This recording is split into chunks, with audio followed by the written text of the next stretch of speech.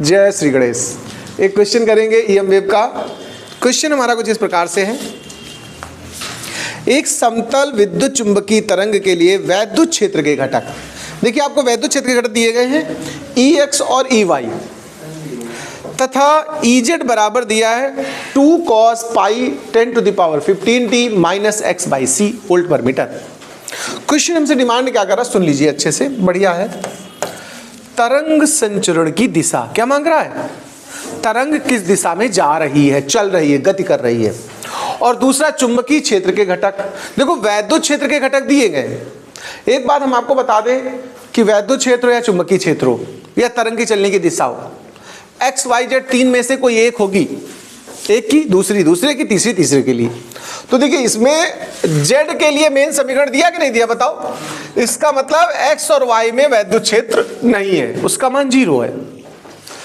अब अगर हम मान लीजिए यहां निकालना चाहते हैं, देखो जरा गौर करना, तरंग के चलने की दिशा जब भी निकालनी हो तो ब्रैकेट के अंदर ध्यान देना होता है। कहां ध्यान देना होता है, यहां आपको एक्स वाई जेड में से कोई एक कंपोनेंट मिलेगा।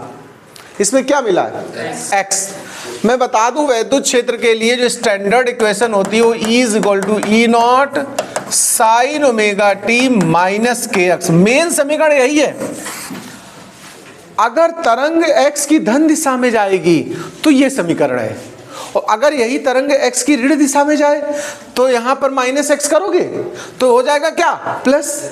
यानी जिन प्रश्नों में समीकरण में बीच में प्लस हो वो x की ऋण दिशा में जा रहे होते हैं, और अगर माइनस है तो x की धन दिशा है। तो इस क्वेश्चन में देखो माइनस में ही सवाल हमको कह रहा है, तो तरंग संचरण की दिशा का आंसर क्या आया बताओ भाई, पॉजिटिव एक्स एक्सिस। क्या कहेंगे आप इसको, धनात्मक एक्स अक्ष, धनात्मक एक्स अक्ष। फर्स्ट पार्ट तो अपना आराम से, बड़े आराम से हो गया। कैसे हो गया, बड़े आराम से। फर्स्ट पार्ट ना समझ में आया क्या किसी को। सेकेंड पार्ट में चुंबकीय क्षेत्र के घटक चाहिए। तो एक बात सुनो, वैद्युत क्षेत्र किस दिशा में है जरा बताओ, यहां से जेड अक्ष में।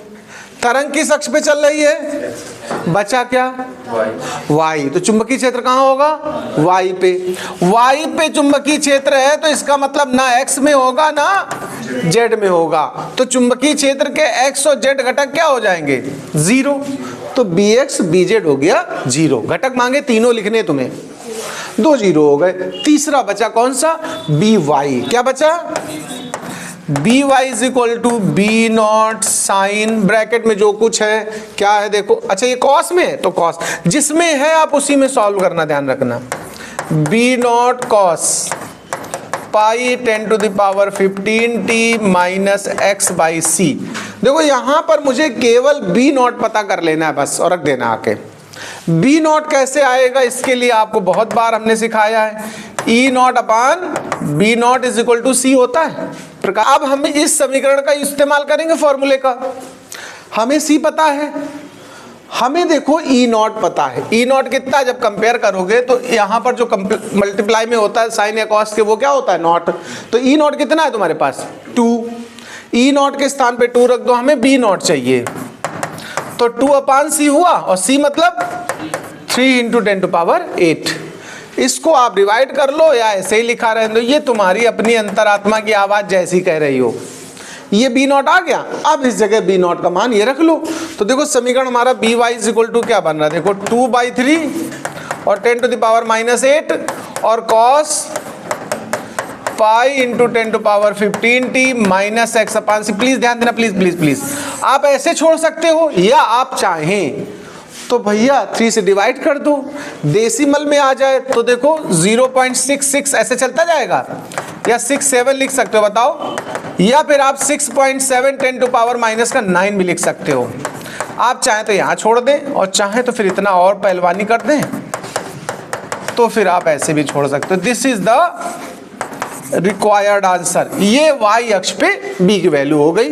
टेस्ला भाई मात्रक लिख दिया करो, रिजल्ट हमेशा निकालने के बाद भौतिक राशि का मात्रक ढूंढकर जरूर लिख दिया करें। नोट कर लीजिए इस क्वेश्चन को।